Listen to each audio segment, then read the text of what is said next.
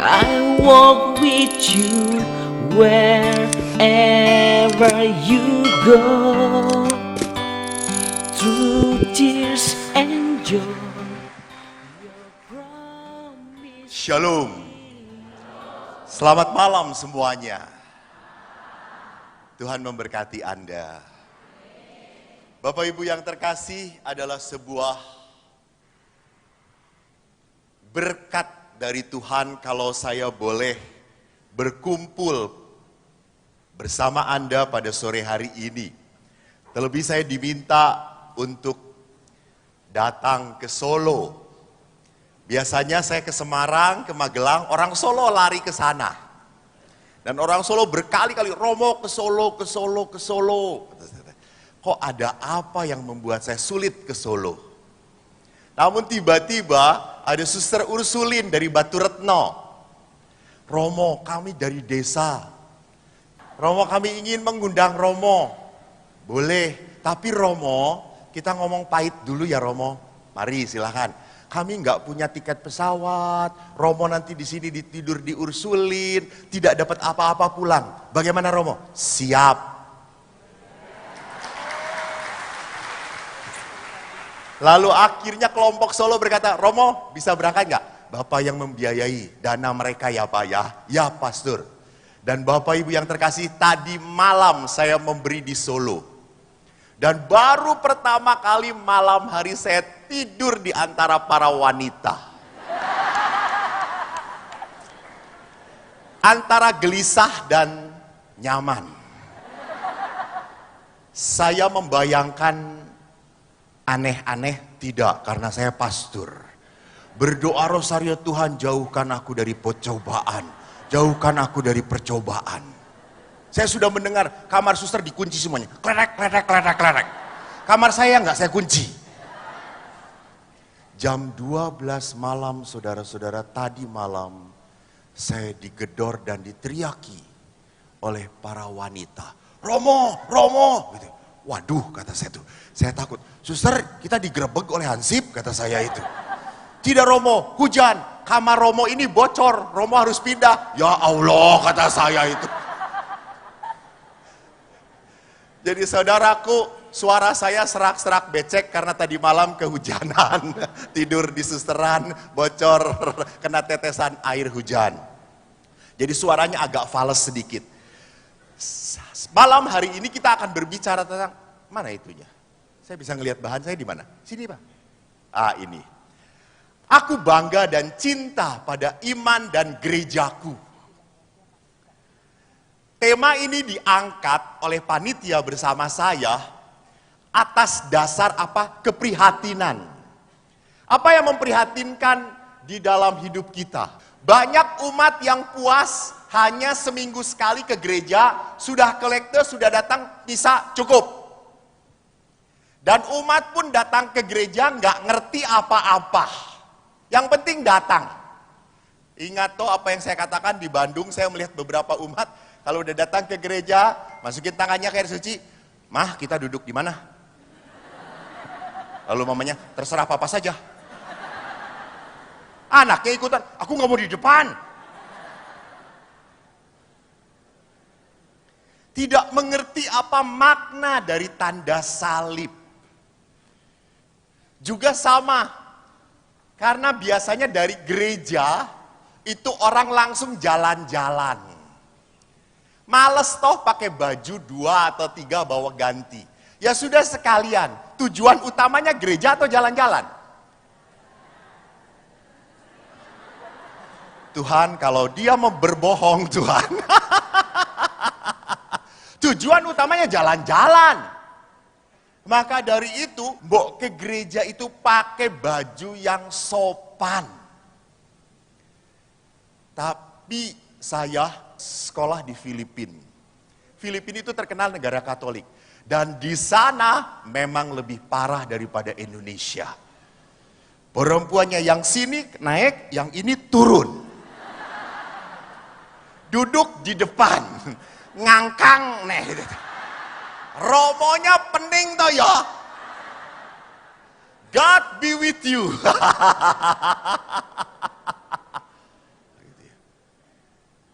Jadi lihat, jangan pernah sampai tata busana kita merusak pertemuan manusia dengan Allah. Jadi kita ini kan isinya cuma ngedumel di gereja.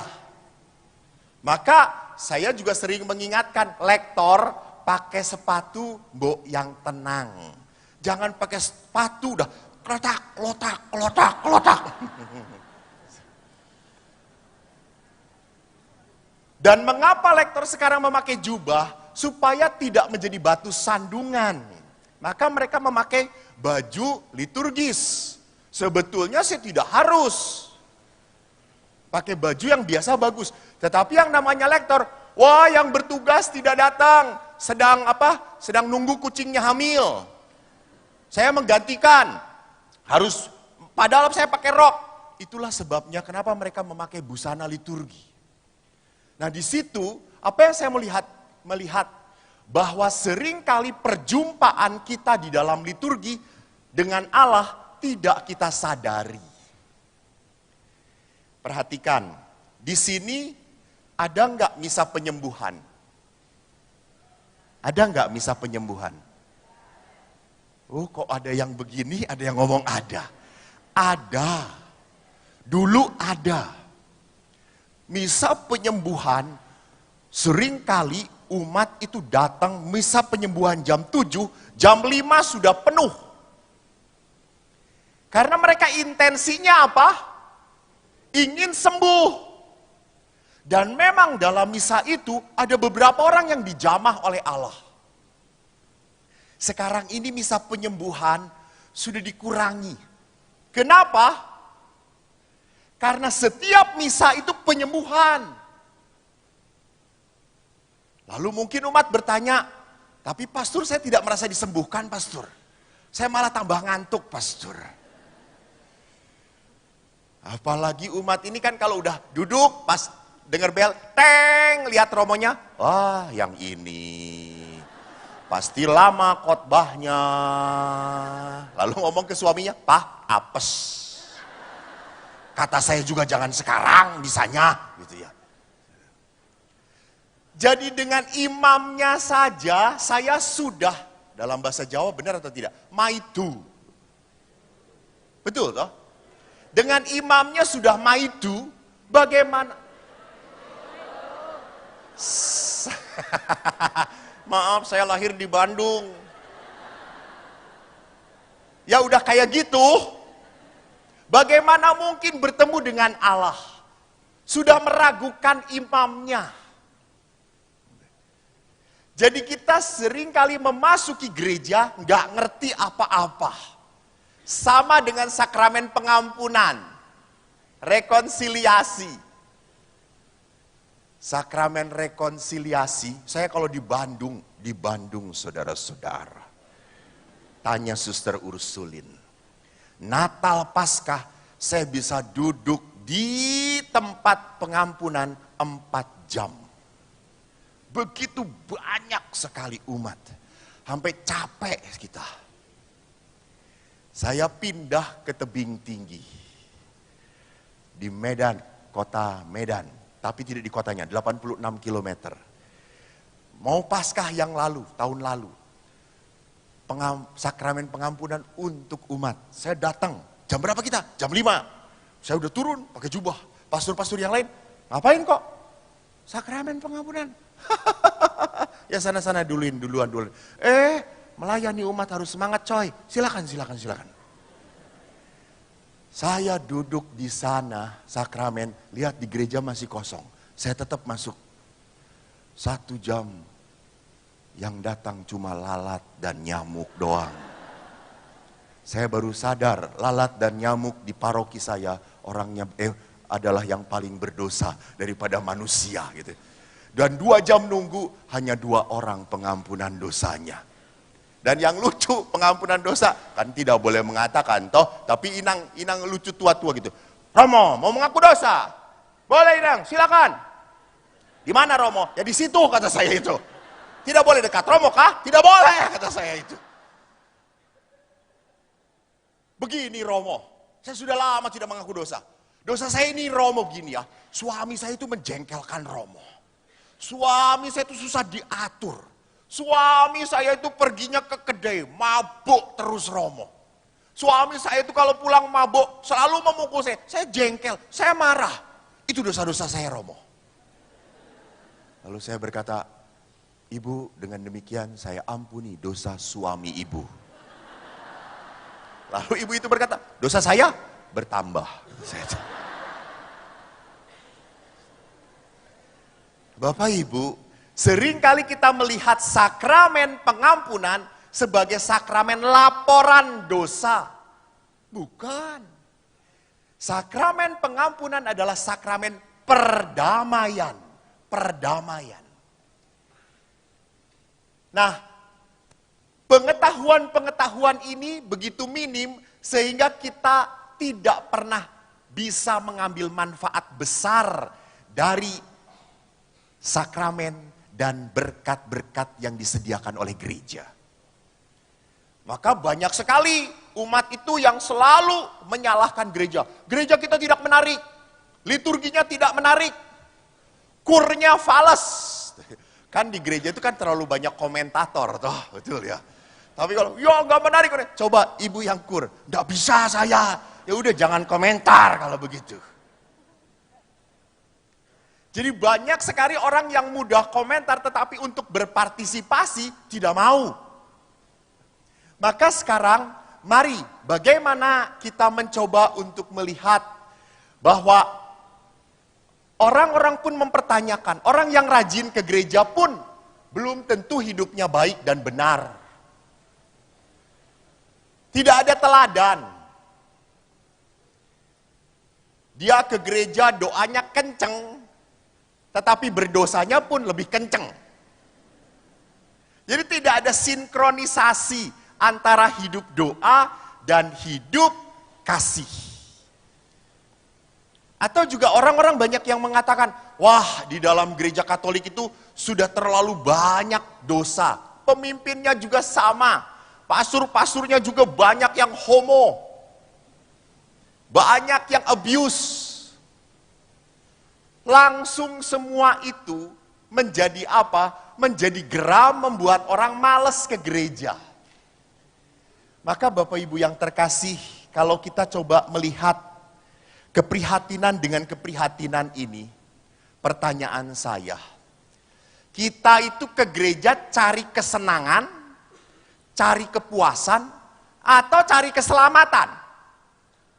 Saya nggak mau Anda menjawab, renungkan saja. Anda ini overaktif gitu ya. Jadi perhatikan, saya ke gereja itu bukan cari kesenangan. Saya ke gereja itu bukan cari hal-hal yang membuat saya senang ketawa. Salah. Saya ke gereja adalah cari keselamatan. Dan Tuhan menyediakan keselamatan itu lewat sakramennya. Sakramennya. Oleh karena itu gereja selalu mengatakan, umat sebelum ke gereja puasa dulu. 1 jam sebelum menyambut minimal. Supaya ada persiapan batin. Datang jangan pas romonya datang, belum mulai. Ayo sama-sama bersiaplah, duduk dahulu berdoa pribadi. Siapkan hati. Jadi ingat, misa itu bukan masuk restoran. Yang kita tinggal order, mau makan ini, nikmati. Bukan. Perayaan Ekaristi adalah merayakan. Jadi saya pun harus terlibat. Saya paling jengkel kalau misalnya di Katedral Bandung. Jauh seperti ini. Dan banyak sekali umatnya, dukun semuanya. Kenapa dukun? Kalau saya kata, Tuhan bersamamu. Inilah Injil Yesus. Damai Tuhan bersamamu. Partisipasinya cuma setengah. Saya pernah ke satu gereja di Cimahi, itu adalah gerejanya tentara. Dan oma-omanya juga duduk di depan semangat. Saya kalau bilang, Tuhan bersamamu dan bersama rohmu. semangat sekali. Inilah Injil Yesus Kristus menurut Yohanes. Terpujilah Kristus. Langsung. Damai Tuhan bersamamu dan bersama rohmu pula. Wow, kata saya. Nyanyi pun semangat. Gitu ya. Apalagi nyanyi pun, saudara mari semua hadaplah. Itu bukan saudara mari semua hadaplah altar tuh. Geser sedikit, Tuhan kita sono sambut. Tidak ada sebuah api roh. Kita merayakan. Coba bayangkan Pak, kalau Bapak merayakan ulang tahun Bapak, Bapak mengundang beberapa orang. Ayo kita berdiri, kita nyanyikan Happy Birthday to you. Happy Birthday. Lalu yang diundang ini cuma duduk. Saya yakin Bapak akan meracun orang-orang itu.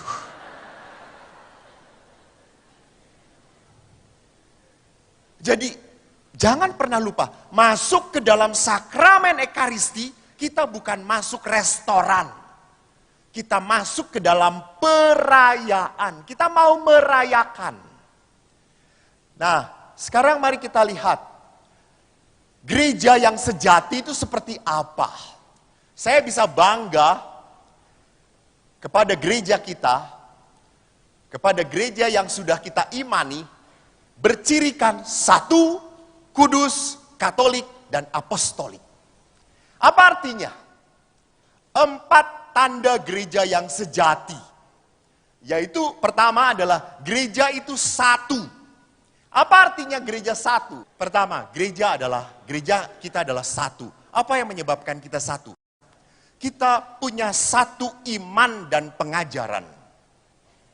Seluruh gereja Katolik pengajarannya hanya satu. Kesatuan gereja Katolik ditunjukkan oleh apa? Kesatuan iman dan pengajaran. Jadi Bapak Paus berbicara apapun, sampai ke desa Batu Retno sama suaranya. Iman yang dirayakan pun kita punya iman kepada Allah Tritunggal. Semua gereja Katolik mengimani hal yang sama. Coba saya tanya sekarang kepada yang duduk paling depan. Pada tanggal 1 Januari gereja merayakan hari raya apa Pak?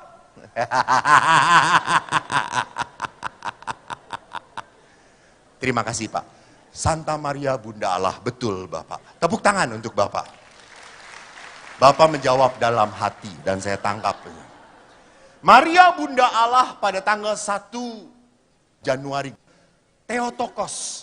Itu diimani dan itu terjadi di seluruh gereja Katolik. Ini kesatuan. Kedua, liturgi, sakramen. Bapak Ibu ngikut liturgi dimanapun sampai Anda ke ujung mana kutub utara di gereja Katolik. Selama itu gereja Katolik Roma, liturginya sama. Tidak mungkin, bisa jadi mungkin ya, pasturnya mau membuat supaya umat senang. Acara pertama langsung, Bapak Ibu yang terkasih, selamat datang di gereja kita. Tuhan itu baik saudara-saudara. Amin, amin. Mari kita menerima berkat penutup dari Tuhan. Umat senang banget kalau misa tanpa kolekte toh. Jadi Bapak Ibu yang terkasih lihat, liturgi dimanapun, di gereja manapun akan selalu sama. Sakramen pun demikian. Kepemimpinan pun sama. Bahwa dimanapun ada, selalu ada Bapak Uskup yang berwenang di dalam administrasi, di dalam wilayahnya. Bapak Uskup itu pun kalau Anda nanti perhatikan, coba carilah. Bapak Uskup kalau pegang tongkat keuskupannya, di dalam uskup dan di luar daerah keuskupannya berbeda. Bahkan mitranya pun berbeda. Kalau Monsinyur Robertus di Semarang akan pakai dengan temanya beliau. Apa temanya beliau? Suster apa suster? Motonya beliau. Motonya beliau adalah lali aku. Tapi kalau Bapak Robert Monsinyur ini pergi ke Bandung, tidak boleh dipakai. Karena bukan kuasanya, itu kepemimpinan selalu sama. Maka kesatuan ini ditunjukkan oleh apa? Oleh kesamaan di dalam aturan. Kudus. Apa artinya kudus? Gereja menjadi kudus bukan berarti gereja itu terdiri orang-orang kudus semuanya. Bukan. Gereja itu kudus karena gereja menjadi sumber kekudusan dan menghantar umat kepada kekudusan. Maka gereja yang benar harus menunjukkan kepada umatnya apa yang benar di mata Allah. Saya pernah ditanya oleh umatnya baik, aktivis, suami istri, rajin ke gereja, sangat rajin, sangat rendah hati. Dia dari OMK menikah di gereja Katolik, melayani di gereja Katolik, setelah 5 tahun belum punya anak. Lalu pasangan ini bertanya kepada imam, Romo, boleh nggak bayi tabung? Kami sudah lama ingin merindukan anak. Ingat, walaupun Romo tahu ini aktivis, walaupun Romo tahu bahwa orang ini adalah orang Katolik yang sangat taat, dia tidak bisa. Aduh, nggak enak hati, puhau ise. Ini orang yang rajin, udahlah, boleh. Tidak boleh. Seorang imam harus mengantar umat pada kebenaran yang diajarkan oleh gereja Katolik. Jadi tidak siapapun, mau yang tidak aktif, mau aktif pun, kalau tidak. Ini. Karena apa? Karena gereja mau membawa manusianya kepada kekudusan. Maka seorang imam, tolonglah, saya selalu ngomong pada umat, tolong imam jangan disogok. Sampai akhirnya nggak enak hati. Ya boleh. Tidak boleh. Selama gereja mengatakan tidak, imam harus konsisten. Tidak. Maka seringkali kan juga tidak enakan. Toh saya itu, Bapak Ibu, diminta memberi renungan di mana-mana. Saya paling senang kalau yang memintanya bapak-bapak. Karena apa? Kalau bapak-bapak, pastor tanggal sekian bisa nggak? Nggak bisa. Oh ya sudah, selesai urusan. Saya nggak repot lagi buka WA dari bapak itu. Hapus, selesai. Kalau ibu-ibu, saudara-saudara, sampai saya muntaber. Romo bisa enggak? Enggak bisa, Bu. Kalau tanggal segini enggak bisa juga. Kalau tanggal segini enggak bisa. Romo bisanya kapan? Kampret enggak kata saya itu. Saya jadi enggak enak hati, Ibu ini terus minta, termasuk yang ke Solo ini.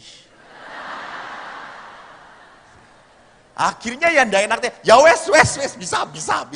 Gitu ya. Jadi jangan posisikan imam, maaf, para umat, jangan posisikan imam sampai imam itu tidak bisa lagi mengatakan kebenaran. Karena seorang imam ditahbiskan untuk membawa umat sampai pada Tuhan. Bukan membawa umat sampai sesat, tidak boleh. Ketiga, kita lihat bahwa gereja bukan hanya menguduskan, gereja pun bersifat Katolik. Satu, kudus, Katolik, dan apostolik. Apa itu Katolik? Katolik berasal dari bahasa Yunani katolikos. Gereja didirikan oleh Yesus bukan hanya milik suku tertentu. Maka gereja berciri Katolik artinya universal, lengkap. Keseluruhan keluarga Tuhan yang ada di seluruh dunia. Bapak Ibu pernah pergi ke Vatikan? Belum?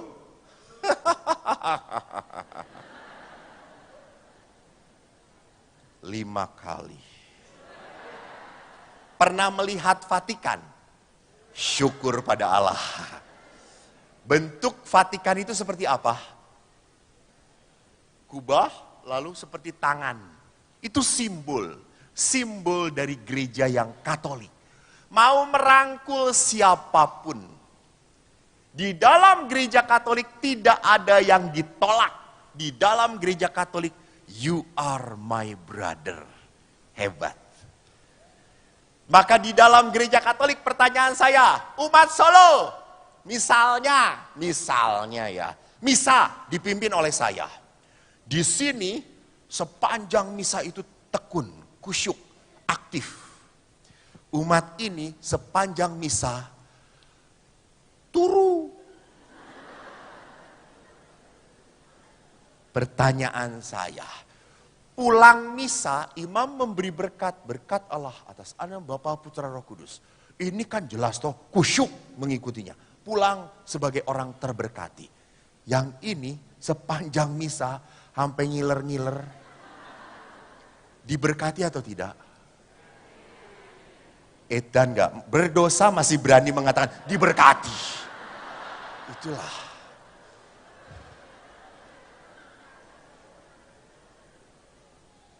Diberkati atau tidak?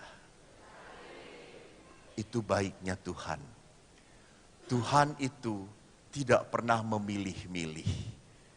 Maka saya pun sama. Kalau misa ada yang tidur, saya tidak pernah tersinggung. Itu anaknya Tuhan juga. Betul.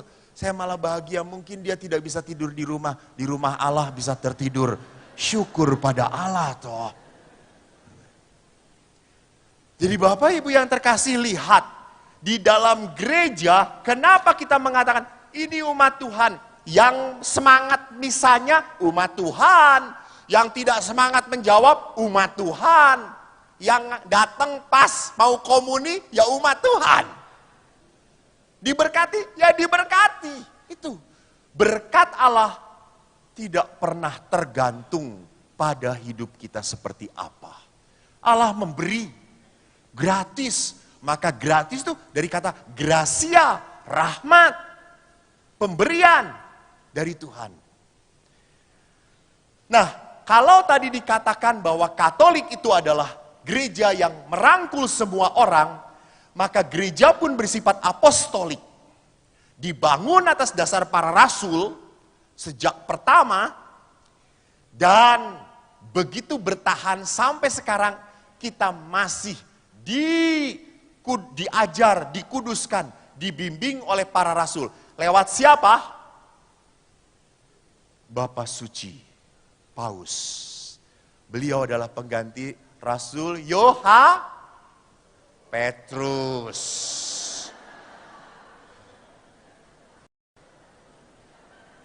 Yohanes. Ini. Kalau kerajaan Allah ngikutin romonya itu kayak gitu, tersesat jadinya. Gitu. Jadi kita sampai sekarang masih dibimbing, diarahkan oleh rasul-rasul yang diwakili oleh Bapak Suci Paus. Inilah ciri khas dari gereja kita. 1, kudus, Katolik, dan apostolik. Jadi kalau kita melihat ini semua sebagai kekayaan gereja, kita harus bangga.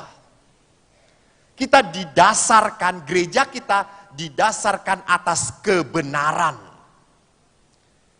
Dan jangan pernah lupa, beratus-ratus abad, banyak orang yang berani mati karena imannya. Siapa mereka? Santo Santa. Sampai sekarang masih ada Santo Santa? Masih.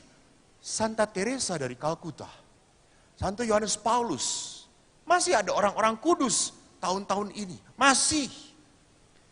Jadi jangan berpikir bahwa orang kudus itu di zaman-zaman dulu, tidak. Sekarang pun masih ada orang kudus. Bahkan saya sering kali bertemu dengan para ibu-ibu yang sangat setia mencintai suaminya. Padahal suaminya, ya Tuhanku Yesus, hancur berantakan. Udah tubuhnya nggak jelas, apalagi tindakannya. Tetapi ibu ini tetap setia. Ini orang kudus. Tidak perlu diangkat sampai dia dijadikan satu. Tidak. Tetapi kehidupannya sudah dibawa oleh gereja sampai kekudusan. Nah, untuk sampai kekudusan, gereja memberi sarana pada kita. Apa sarana-sarana itu? Sarana-sarana yang ada di dalam gereja adalah sakramen. Sakramen. Apa itu sakramen? Ada berapa sakramen di Solo ini? Oh sama ya, 7 ya. Saya pikirkan gerejanya berbeda gitu ya. Ada 7 betul. Ada 7 sakramen di dalam gereja. Pertama, sakramen ini untuk apa? Coba next. Saya jadi harus ngomong ya. Next. 7 sakramen merupakan tanda yang menyampaikan rahmat dan kasih Tuhan secara nyata. Jadi sakramen itu bukan hanya tanda, tetapi juga melalui sakramen Allah mengirimkan Roh Kudus untuk menyembuhkan, memberi makan, dan menguatkan kita. Maka Bapak Ibu, umumnya kalau orang setelah masuk ke sakramen pengampunan, apa yang dirasakan? Lega, bebas, sukacita. Walaupun ada anak-anak di rumah retret, lucu sekali. Kan rumah retret biasanya ditutup dengan pengampunan, sakramen pengampunan. Lalu anak itu kan bisa 70 pengampunan dosa. Kami hanya menyediakan 3 pastor. Ada satu pastor teman saya ini, pastornya galak sekali. Kita selalu minta tolong dong memberi sakramen. Tetapi dia selalu cepat selesai.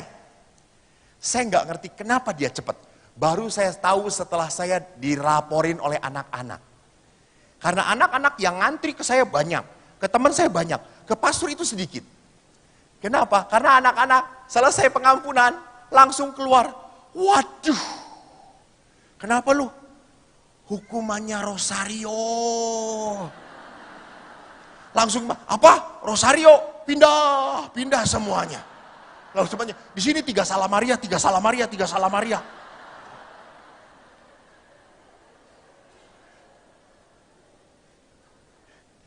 Jadi penitensi itu menjadi beban bagi mereka gitu ya.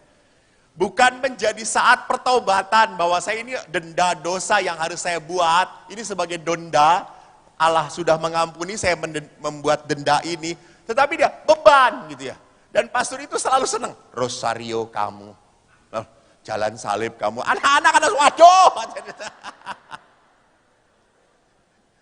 Jadi sakramen sekali lagi bukan hanya tanda, tetapi melalui sakramen Allah mengirimkan kekuatan. Bapak Ibu, saya menjadi imam seringkali terlalu manusiawi. Artinya apa? Kadang-kadang dalam pelayanan pun ada kemalasannya.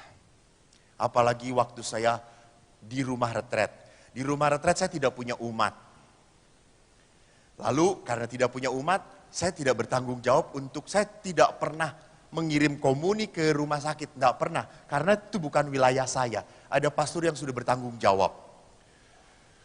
Suatu siang, tiba-tiba ada seorang tante-tante datang ke biara kami. Saya masih pakai celana pendek, tante-tante itu datang. Lalu dia melihat saya, lalu dia ngomong, "Pak, ya Bu, Pak, saya mau ketemu Pastor Eko Pak, tolong panggilkan Pak." Lalu saya tanya, "Ada apa Bu?" "Pak, mami saya itu sakit parah, sakit sekali. Mami saya itu dulu dekat sekali dengan Pastor Eko." Terus saya tanya, "Ibu tahu Pastor Eko?" "Saya tahu sekali, saya kenal Pastor Eko." "Oh baik Bu." "Terus kenapa Bu?" "Saya mau Pastor Eko mendoakan Mama." "Loh, Ibu kan ada parokinya." Sudah didoakan oleh pastor paroki. Tapi saya ingin Mama didoakan oleh Pastor Eko." "Oh baik Bu, Ibu tunggu dulu di sini, saya akan panggil Pastor Ekonya Bu." "Ya, silakan cepat ya Pak." "Baik Bu." Gitu ya. Saya masuk kamar. Terus saya kan nanti sore mau memberi retret anak-anak, capek toh. Alah, sudahlah, tinggal ngomong aja, Bu, Pastor Ekonya nggak ada. Toh ibu itu tidak kenal saya. Saya dalam hati sudah mengatakan, ngomong aja tidak ada. Pas keluar, di samping kamar saya itu selalu ada patung Bunda Maria. Pada saat saya mau buka pintu, saya ngelihat patung Bunda Maria. Dan Bunda Maria, dosa. Dosa. Oh alah, kata saya itu. Akhirnya saya buka, saya ke ruang tamu lagi. Si ibu itu udah berdiri. Pak, mana Pastor Eko? Saya Pastor Eko, kata saya itu. Loh Pastor kok beda sih wajahnya? Alah beda-beda, kata saya. Ibu enggak kenal. Pastor, tolong Pastor. Mama saya sakit Pastor. Ayo tolong Pastor. Bu, kan itu sudah ada di wilayahnya. Enggak Pastor, saya ingin sekali Pastor. Baiklah Bu. Pastor ikut mobil saya. Enggak. Saya mau naik motor aja, biar cepet. Saya jengkel, jujur.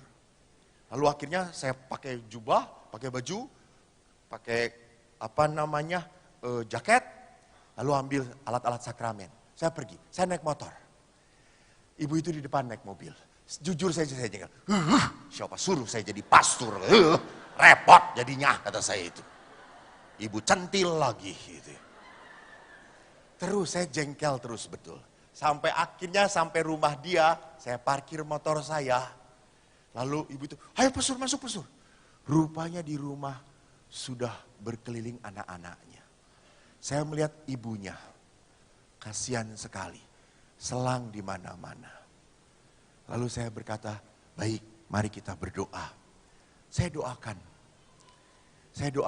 saya beri sakramen minyak suci.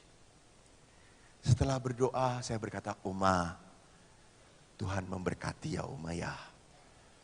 Lalu si Oma itu berkata, terima kasih Pastor. Ya, Bapak Ibu, setelah keluar dari kamar Oma itu, ibu itu berkata, Pastor kita makan dulu. Nggak, saya mau ngisi retret lagi. Sudah saya mau pulang. Saya pulang, baru starter motor, hujan deras sekali. Saya tetap pulang. Ibu itu padahal mengatakan, udah Pastor taruh motor di sini, nanti saya antar. Nggak, saya nggak mau ketemu ibu lagi. Sudah cukup Bu.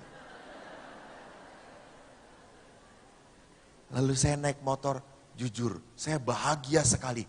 Tuhan terima kasih. Saya boleh membuat senang seorang Oma. Saya terima kasih Tuhan, terima kasih. Saya pulang walaupun hujan deras, sukacita sekali hati saya. Sampai ke rumah, Anda tahu toh nasib pastor, tidak ada yang menyambut.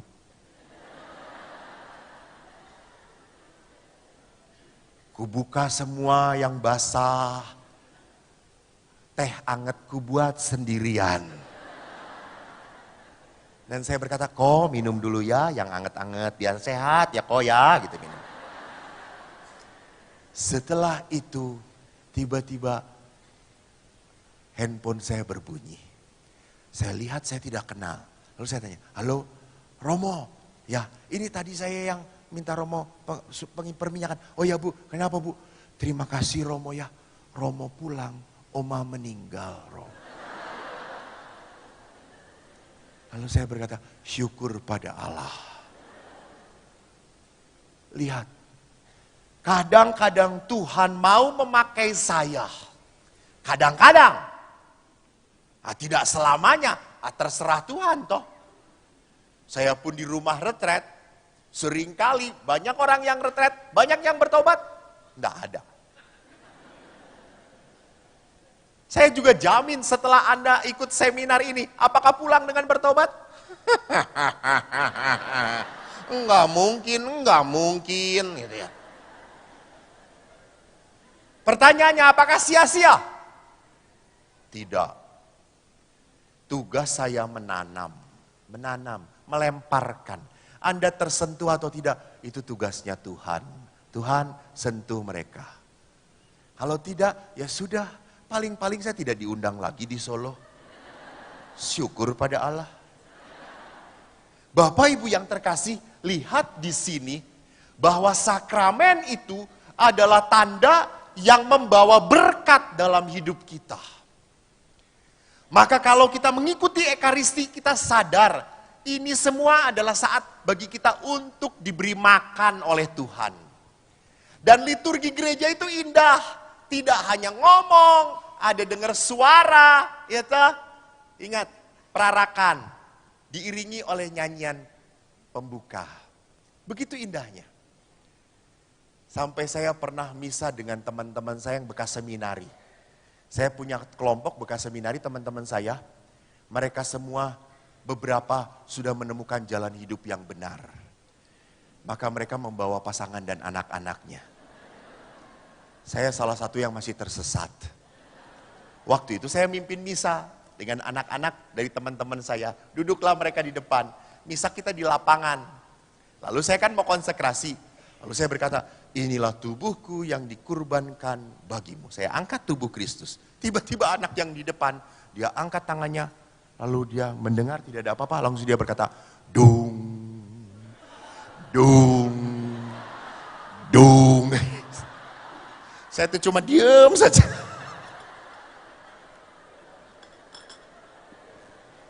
Bapak-bapaknya sampai cengengesan begini-begini. Lalu akhirnya saya yang kedua piala saya angkat. Anak itu pun tetap dung. Dung. Lalu saya bungkuk kring.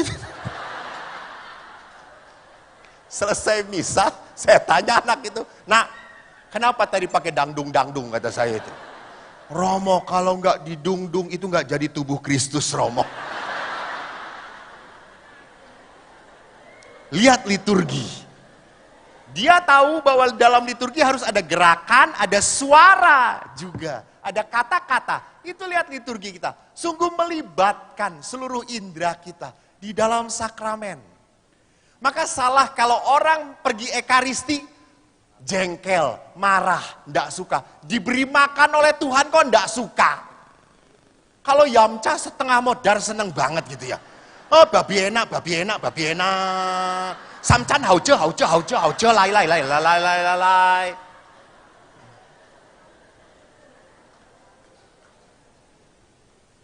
Kita dalam Ekaristi diberi makan oleh Tuhan. Kenapa kita sampai menolak? Nah, di samping sakramen-sakramen kehidupan, next, kita akan melihat bahwa satu sakramen yang saya selalu senang berbicara adalah perkawinan. Pertama, karena saya tidak kawin, dulu saya berpikir orang yang tidak kawin itu hebat. Suster itu hebat, pastor itu hebat. Setelah saya kuliah di Filipina tentang hidup berkeluarga, yang hebat itu orang yang menikah. Tepuk tangan. Romo, Halo? Romo, Hadir. napa mboten saya to Romo? Oh, waktunya wedangan saudara-saudara. Cue, Romo. mantap. Seorang ibu wanita selalu ingat bahwa laki-laki itu membutuhkan air. Panitia ndak ada yang ngasih air satu piris. Bapak Ibu yang terkasih, mari kita juga coba menata kembali. Saya tidak akan mungkin membahas semua kekayaan gereja Katolik hanya dalam waktu satu malam. Ini hanya percikan yang harus membuat Bapak Ibu ingin tahu. Karena makin tahu, makin mencintai, makin menyayangi. Ini salah satu yang paling berharga dalam hidup saya adalah iman saya. Karena malam hari ini tadi saya sudah mengawali bahwa yang mau kita coba tata adalah hidup perkawinan. Gereja mengajarkan apa tentang hidup perkawinan? Jadi hidup perkawinan itu panggilan. Artinya tidak setiap orang bisa menikah, mampu menikah. Tadi saya katakan bahwa dulu saya berpikir orang yang tidak menikah itu hebat. Setelah saya belajar, saya mengatakan orang yang menikah itu hebat. Bertahun-tahun harus dengan pasangan yang sama. Edanra. Blenger. Tapi bagaimana justru Bapak Ibu, saya waktu berpikir, misalnya saya harus hidup bersama dengan dia 50 tahun. 50 tahun dengan orang yang sama. Kalau kita nggak punya pekerjaan, saling lihatin satu sama lain.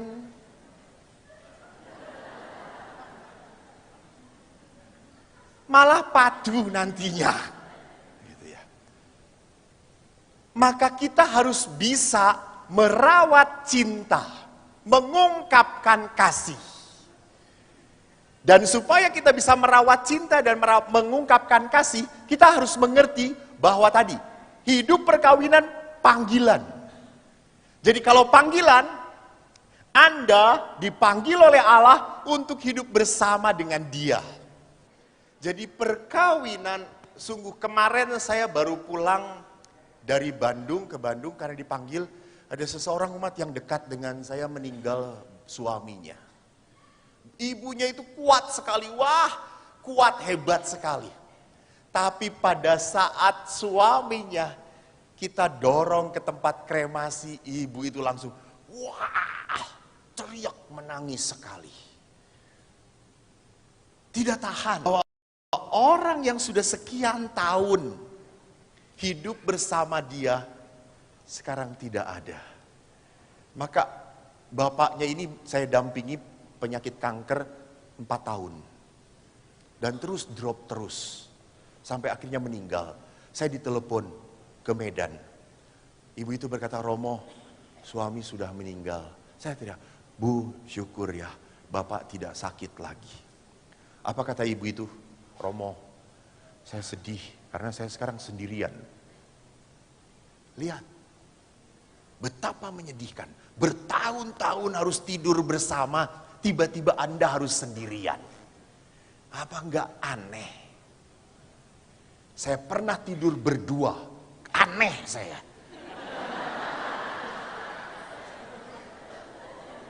Saya jalan-jalan dengan OMK, ceritanya supaya jelas, supaya tidak ada hal-hal yang tidak diduga oleh umat sini kan, suka menduga-duga dengan OMK. Lalu kita pesan hotel sedikit sekali. Saya akhirnya berempat. Lalu yang 2 di sana, 2 satu ranjang dengan saya. Tapi kita pinggir. Tiba-tiba tengah-tengah dia itu balik mungkin. Lalu kaki saya itu kesentuh dia. Langsung saya kata, siapa itu? Katanya. Saya enggak pernah disentuh orang selama tidur gitu ya. Kaget saya. Tapi sekarang Anda, kalau sudah begitu lama berdua selalu bersama, tiba-tiba kehilangan, lihat betapa sakitnya, betapa pedihnya. Maka dalam seminar saya selalu mengajak Bapak Ibu, tolong bicara berdua. Coba diskusi, siapa duluan dipanggil Tuhan? Betul. Loh, bukan menakuti, bukan. Tidak tahu. Kita harus siap-siap. Jangan sampai kematian tiba-tiba. Kita harus siap-siap. Dan memang para istri selalu kalau disuruh ngomong kayak gitu, menangis. Dan dia mengatakan, Pak, aduh nggak kuat kalau kamu duluan. Enggak, saya duluan aja. Saya duluan, saya nggak akan kuat kehilangan kamu. Dan suami selalu berkata, iya silakan.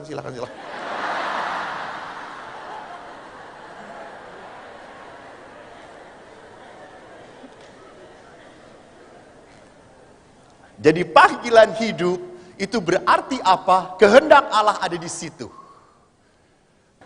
Saudaraku, jadi kalau dikatakan di dalam perjanjian lama, penolong yang sepadan, maka Bapak Fransiskus dalam ensiklik Amoris Laetitia berkata apa? Komentar atas kisah penciptaan, beliau berkata, kita melihat laki-laki yang sangat ingin mencari penolong yang sepadan baginya. Yang mampu mengusir kesendiriannya yang menggelisahkan. Jadi memang di saat ada pasangan, hidup Anda tidak kosong lagi. Ada yang mengisi. Maka sama, di saat pasangan hilang, dipanggil Tuhan, ada sebuah kekosongan. Di situ harus diisi. Oleh siapa kalau bukan oleh Tuhan?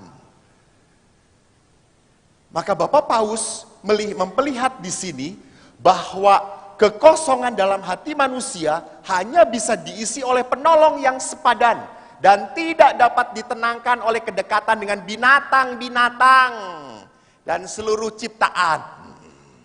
Jadi Bapak Ibu tolong, walaupun Anda memelihara anjing, anjing banyak diajak ngomong, banyak diciumin, tolong pasangan Anda yang banyak diajak ngomong dan diciumin. Anjing aja, Blacky, Blacky, Blacky, sampai dijilat-jilat sama anjingnya. Anjingnya boleh sekamar, boleh setidur. Suaminya cuma gini aja. Mah, saya jadi anjing kamu aja.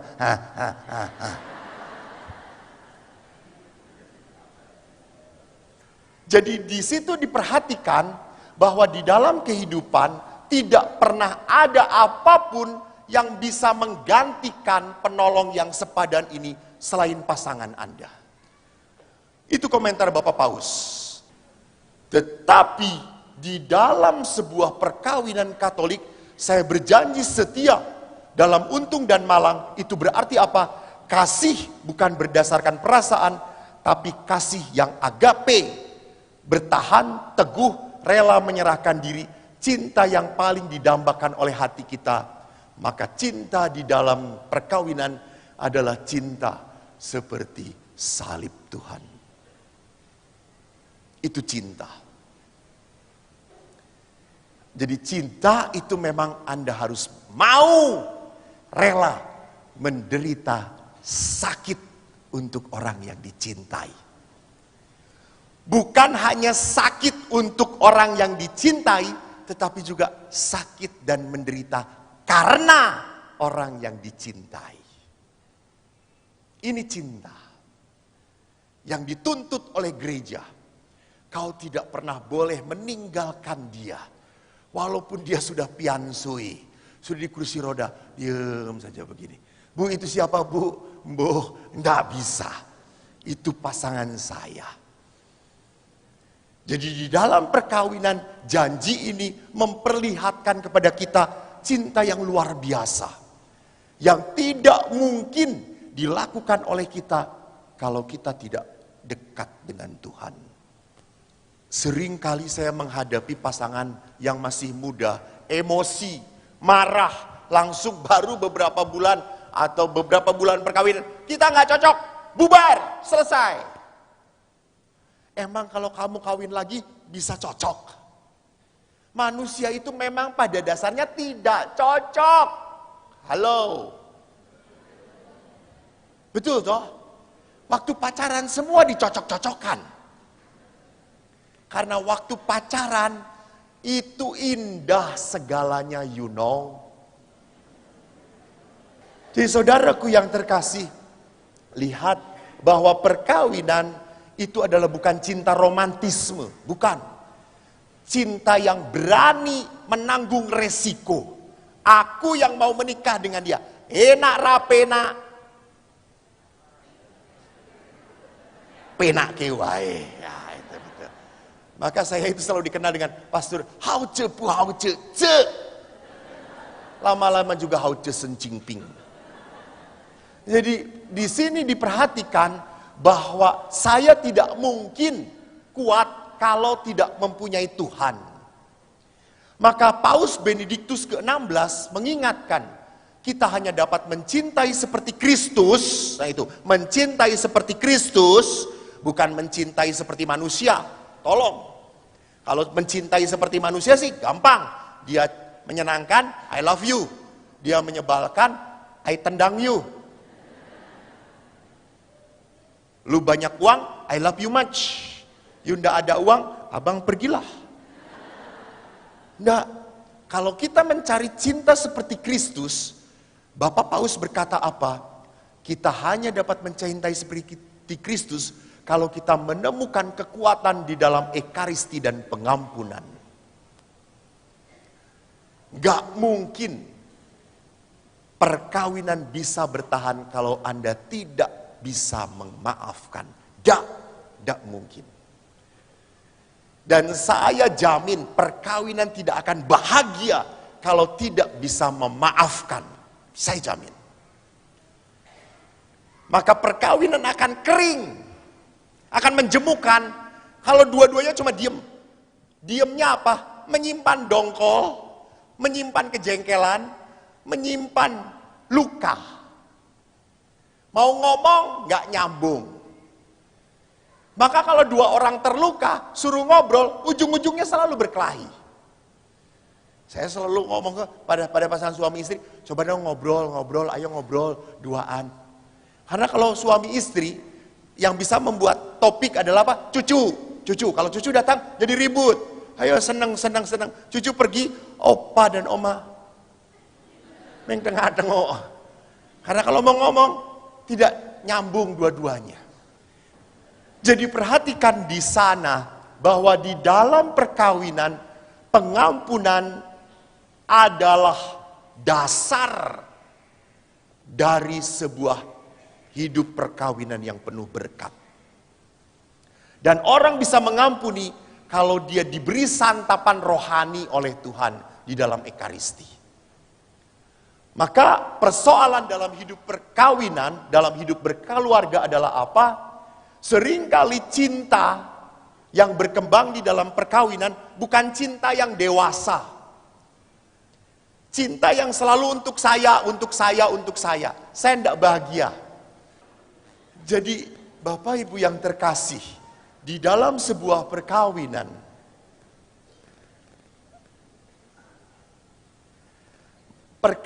kalau cinta itu adalah cinta anak muda, cinta yang hanya demi saya, maka cinta itu akan capek, lelah. Kita harus mengerti bahwa kita dipanggil di dalam hidup kita bukan untuk mendapat, salah. Itu anak kecil. Anak kecil selalu, ini punyaku.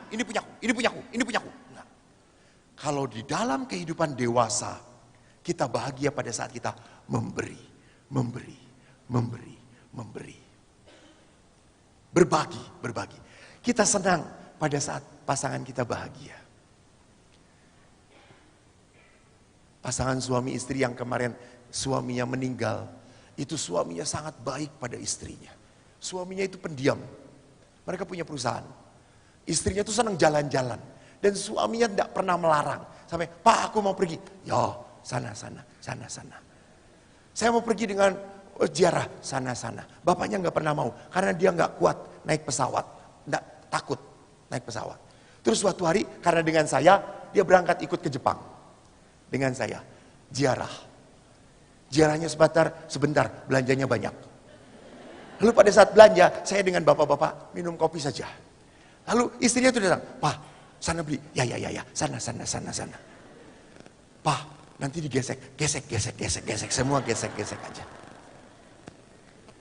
Saya melihat suami ini bahagia di saat melihat istri bahagia. Maka apa yang terjadi 4 tahun suami ini menderita kanker, istri ini 4 tahun tidak pernah pergi kemanapun dan tidak sedetik pun meninggalkan suaminya. Lihat, kenapa apa yang Anda taburkan itu yang Anda tuai. Pasangan, ini cinta yang akhirnya apa? Yang akhirnya berani memberi. Maka persoalan yang kedua di samping masalah cinta yang tidak berkembang di dalam hidup berkeluarga adalah masalah perekonomian. Cuma masalahnya ini nggak bisa digerakkan. Nah ini dia. Di zaman digital mendorong orang untuk kerja keras, mencari penghasilan yang mencukupi kebutuhan. Maka apa yang terjadi? Pasangan suami istri bekerja. Dengan alasan itu, mereka rela berpisah dengan pasangannya untuk mencari nafkah di kota lain. Maka ajang untuk ketemu sangat minim. Apalagi kalau suami misalnya baru datang sore, pergi pagi-pagi. Ketemu anak sudah jarang. Mari kita bertanya, Anda itu kerja untuk siapa? Anak, betul atau tidak? Untuk keluarga. Tapi kalau sudah capek-capek mencari pekerjaan untuk anak-anak, sedangkan Anda tidak mempunyai rasa sayang pada anak-anak, dan anak-anak pun tidak mempunyai rasa rindu pada orang tuanya, apa ndak ngenes? Anda hanya menjadi mesin uang. Dan Anda tidak pernah mendapatkan rasa sayang itu. Jadi lihat, di dalam hidup ada waktunya. Maka saya lihat anak-anak kecil seperti ini membutuhkan sekali pelukan. Gak bisa digantikan. Gak bisa Anda berkata, ya nanti ya. Papa setelah kaya, saya akan mencintai kamu. Saya pasti punya banyak waktu untuk kamu. Hilang kesempatan itu. Hilang. Seringkali manusia itu tidak bijaksana. Selalu prioritasnya adalah apa? Punya banyak. Kita berhasil dulu. Akhirnya relasi yang harusnya nomor satu, sayang yang harusnya nomor satu, hilang. Next. Apa yang saya mau katakan, bahwa di dalam hidup berkeluarga memang kita butuh rezeki. Betul. Tetapi jangan pernah lupa, rezeki itu untuk kenikmatan. Untuk membawa kerekatan. Jangan sampai rezeki itu untuk memisahkan. Salah. Tolong, jangan pernah berpikir bahwa kalau uang banyak, kebahagiaan makin banyak. Tidak pernah. Tidak pernah equal, tidak pernah seimbang. Banyak hartanya, banyak kebahagiaannya, banyak bisa pergi kemana-mana, banyak bisa kenikmatannya. Tidak. Kenikmatan itu bukan masalahnya banyak. Kenikmatan itu adalah masalahnya adalah apa? Bersyukur. Kalau orang menikmati, dia bisa bersyukur. Jadi pasangan suami istri yang bekerja, tolong renungkan kembali, Anda cari apa? Hal ini menyebabkan mereka mempunyai kesempatan untuk bertemu dengan sangat terbatas. Jadi berhati-hatilah. Masalah ekonomi dapat berapapun selalu tidak akan pernah cukup. Betul. Tidak akan pernah cukup. Sampai kapan Anda mencari? Anda sudah kehilangan pasangan Anda. Anda sudah kehilangan intimitas dengan pasangan Anda. Next. Beberapa persoalan lain yang dapat menimbulkan ketegangan. Pertama, karakter pasangan yang berbeda setelah menikah. Ya, suami tadinya penuh perhatian, penuh pengorbanan. Sekarang pintar sekali mengorbankan istrinya. Tadinya mau bekerja untuk kamu, sekarang kamu sana, kamu sana. Kamu yang ngerjain. Seringkali kalau anak-anak belajar juga, kalau pa ini gimana? Mama. Semuanya mama. Jadi di situ lihat bahwa karakter setelah menikah akan berubah. Rendah diri suami karena istri memiliki pendidikan atau karir yang lebih tinggi. Saya tidak akan banyak melihat sini, bisa terjadi juga campur tangan mertua. Maka ada orang yang ngomong, siapa pasangan yang paling bahagia di dunia ini? Adam dan Hawa. Karena Adam dan Hawa tidak punya mertua. Kadang-kadang mertua ngerungsungi. Dia punya anak ya laki-laki yang begitu dia sayang. Lalu dia ngomong apa ya? Jangan lupa ya ke mantunya yang perempuan. Anakku ini senangnya makanan ini. Cara masaknya kayak gini. Dan mantunya merasa didikte. Akhirnya konflik. Dan seterusnya. Maka konflik, pertikaian, masalah akan ada dari manapun. Maka perkawinan itu harus tetap menjadi sebuah anugerah. Bagaimana? Mari kita lihat apa yang dikatakan oleh Paulus tentang kasih. Begitu banyak definisi kasih. Saya hanya mengambil beberapa poin saja.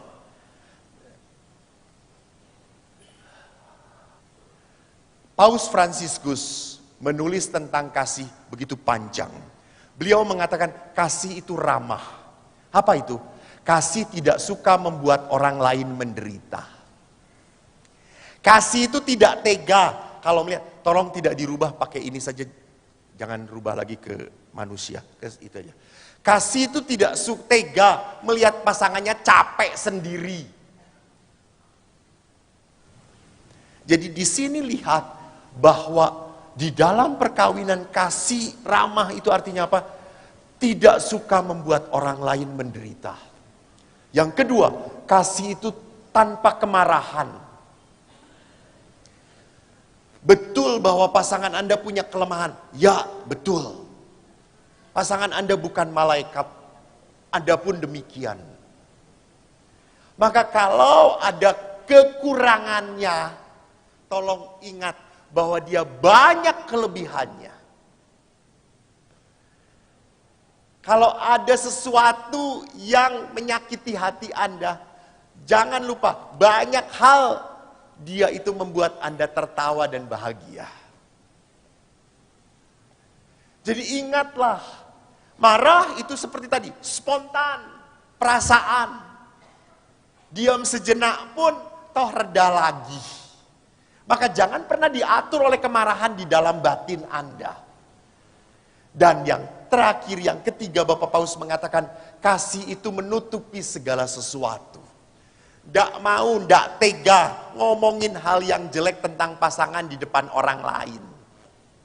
Karena suka menyedihkan toh, kalau sambil nunggu anak di sekolah, bojoku kok yang ini, podo bojoku ya podo kok. Oh yang ngono podo parahe. Ya, lebokke panti jompo wae. Ya.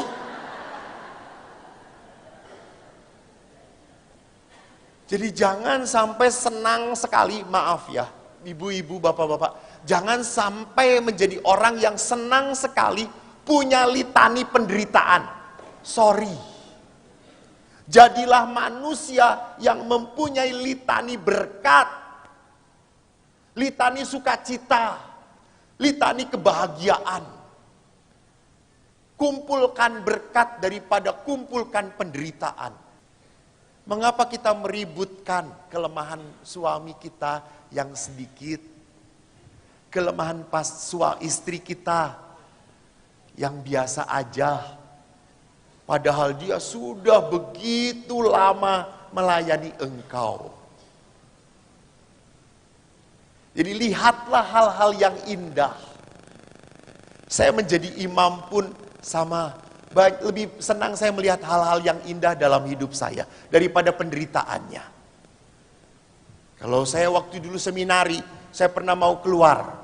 Karena apa? Di seminari itu makanannya tempe kapal selam. Di seminari di Mertoyudan saya. Tempe kapal selam itu tempenya tebal-tebal segini. Untuk 300 orang dikasih santan cuma dari satu kelapa aja. Dan yang masaknya bapak-bapak. Anda tahu bapak-bapak naik ke atas, muter kayak gini. Itu netes semuanya ke situ. Jadi asinnya sudah tidak jelas. Sampai akhirnya saya itu mengatakan, Pak, wis dadi romo ki ra penak tenan, Pak Wis pendidikannya susah, belajarnya panjang, lama. Udah gitu kalau udah jadi ndak boleh nikah, Pak Lalu Bapak berkata, saya ngarep dadi romo ki kowe le. Ya wen ra kuat, ya wen wis ra kuat ya metuwa. Ra apa-apa, kowe tetep anakku.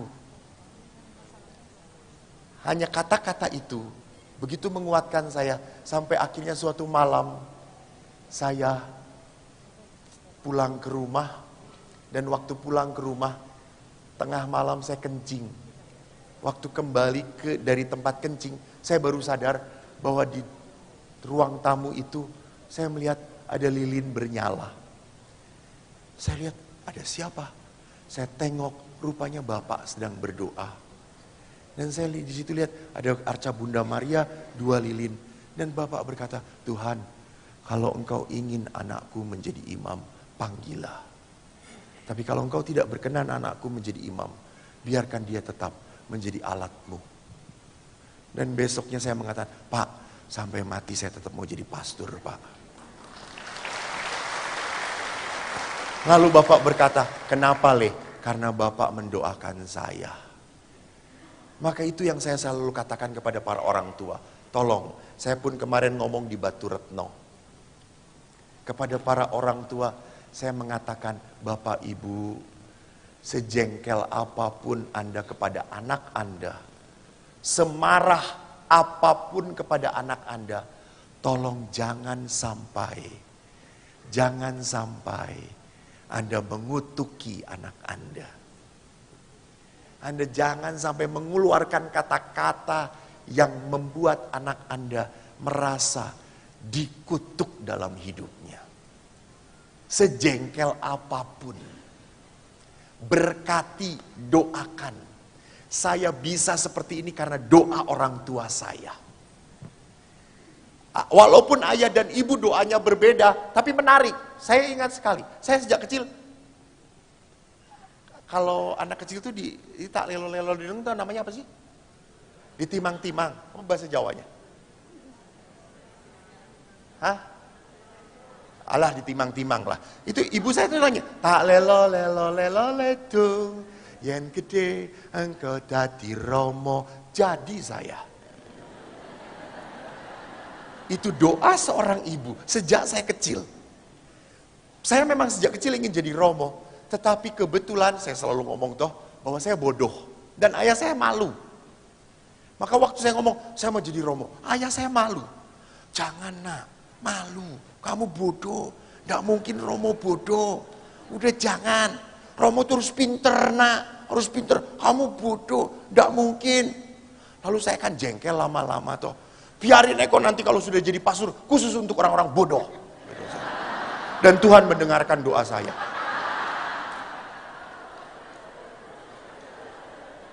Saya tidak mengatakan Anda bodoh ya. Itu kesimpulan Anda gitu ya.